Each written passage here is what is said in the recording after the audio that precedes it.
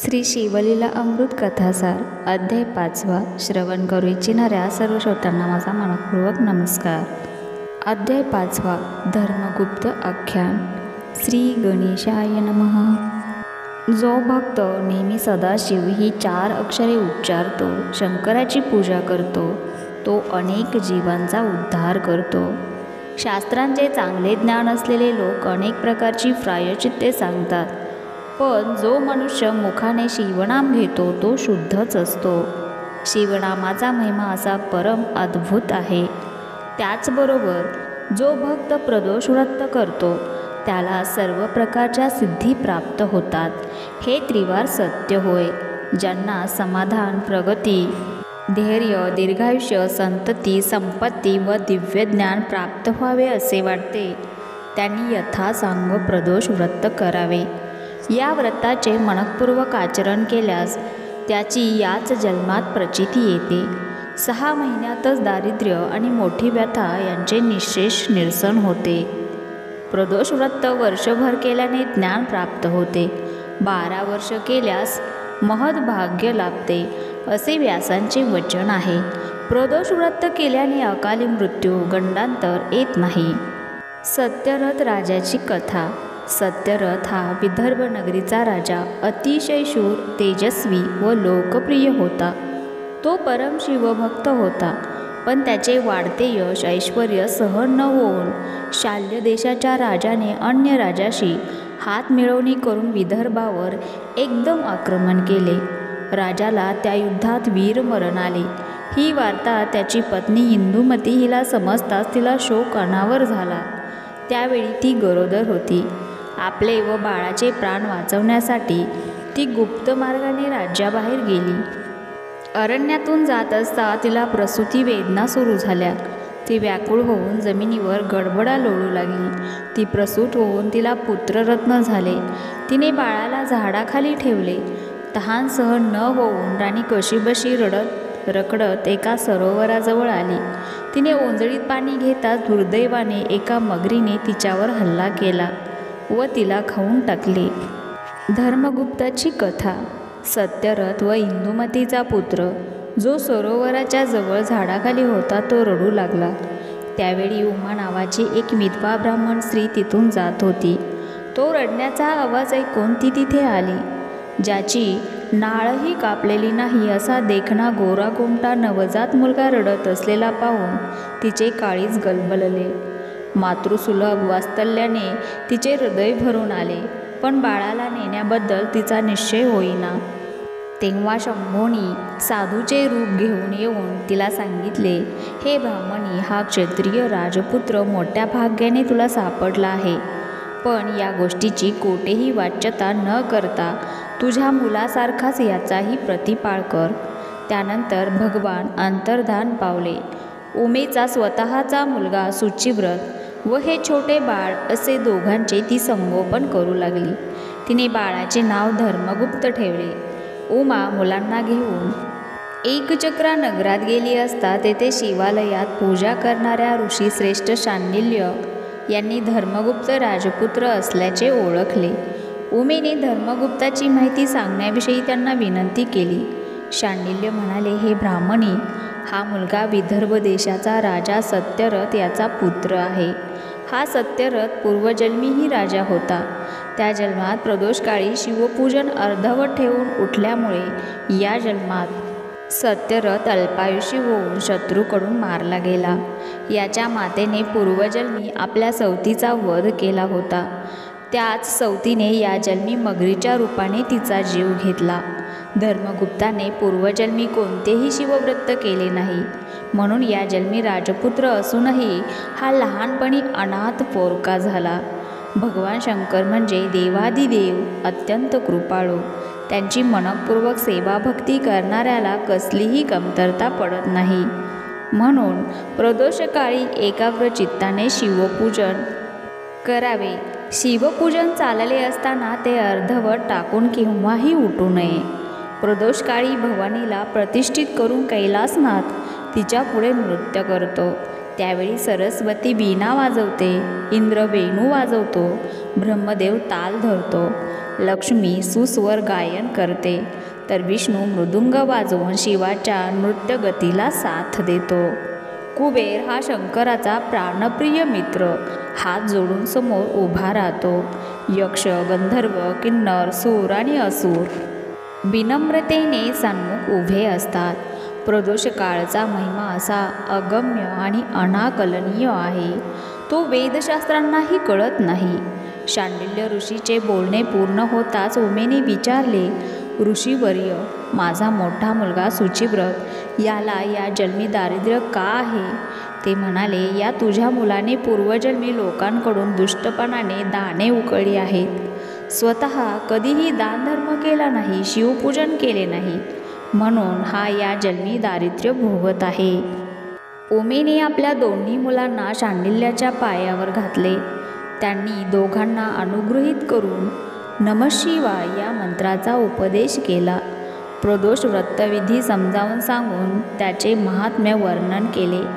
त्यांनी सांगितले, पक्षप्रदोष व्रत करणाऱ्याने त्रयोदशीस निराहार राहावे, सत्कार्य करावे, सूर्यास्तानंतर 3 घटका झाल्यावर भक्तिभावाने प्रदोष पूजेला आरंभ करावा.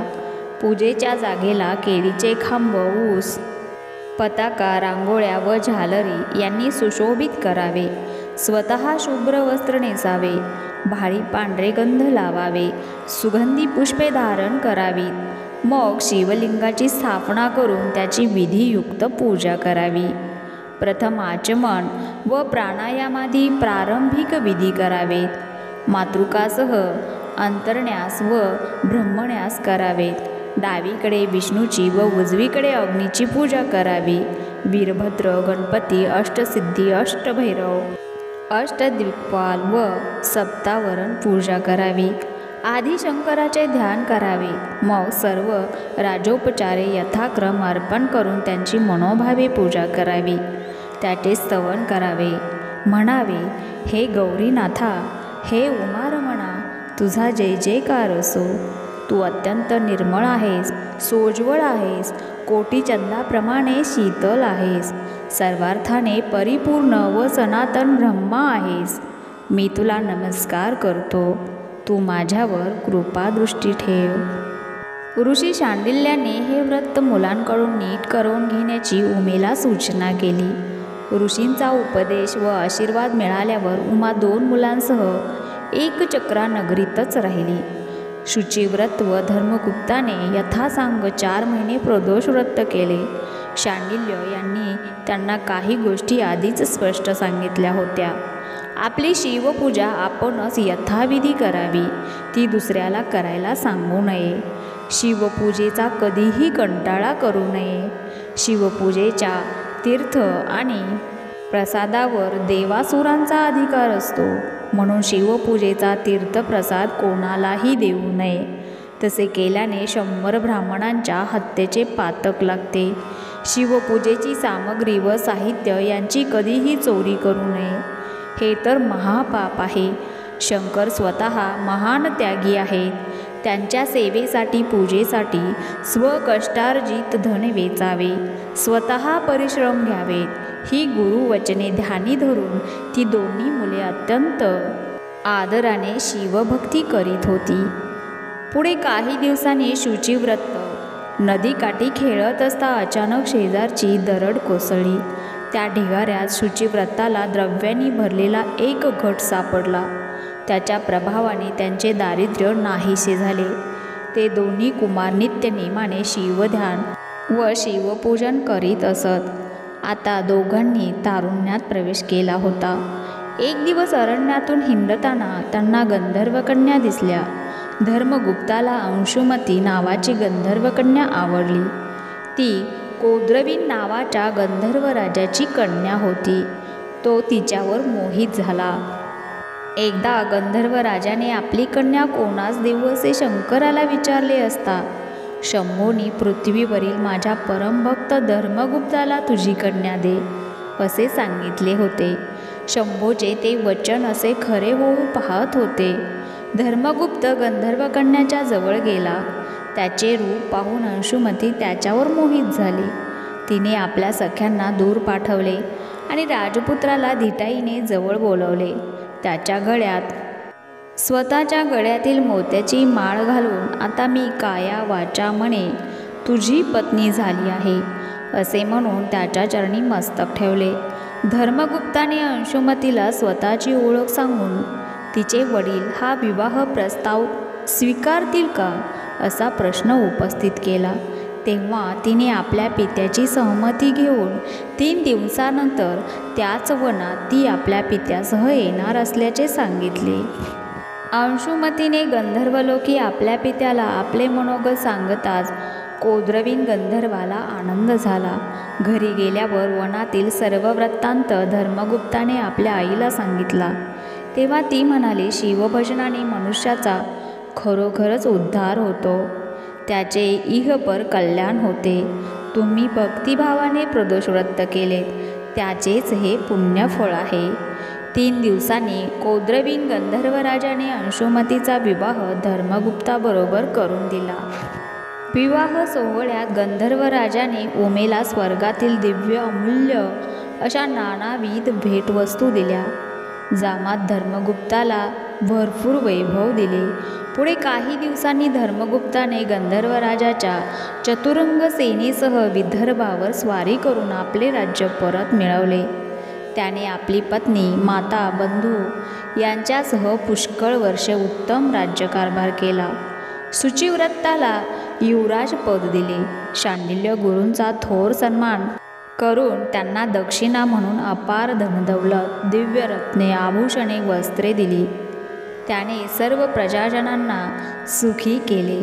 पुढे कालांतराने त्याने आपल्या पुत्राला सुदत्तला राज्याभिषेक केला व तो तपश्चर्येसाठी वनात निघून गेला. तेथे शंकराचे अहोरात्र ध्यान करू लागला. त्याच्या आराधनेने प्रसन्न झालेल्या शिवाने विमान पाठवून त्याला, त्याच्या पत्नीला, मातेला व बंधूला शिवलोकी नेले आणि त्यांच्यावर कृपा केली. त्यांची अक्षयपदी स्थापना केली. सूत म्हणाले, हे धर्मगुप्ताचे आख्यान जे श्रवण करतील, सद्भावाने पठण करतील, लिहितील, याचे रक्षण करतील आणि याला अनुमोदन देतील, त्यांची सर्व पातके नष्ट होतील.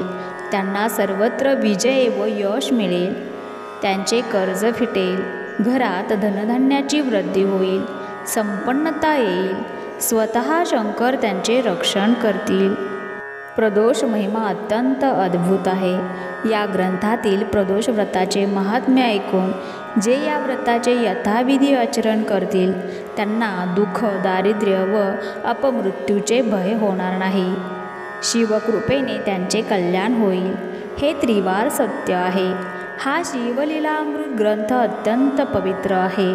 ज्यांच्या घरी हा ग्रंथ आहे त्यांचा पाठीराखा शंकर, तो उमाकांत त्यांच्या सदैव बरोबर राहील. अंती त्यांना शिवपद प्राप्त होईल. श्रीसांब सदाशिवार्पणमस्तु. फलश्रुती या अध्यायाच्या पठणाने व प्रदोषव्रत केल्याने 6 महिन्यात गतवैभव परत मिळेल. हरवलेली व्यक्ती पुन्हा भेटेल.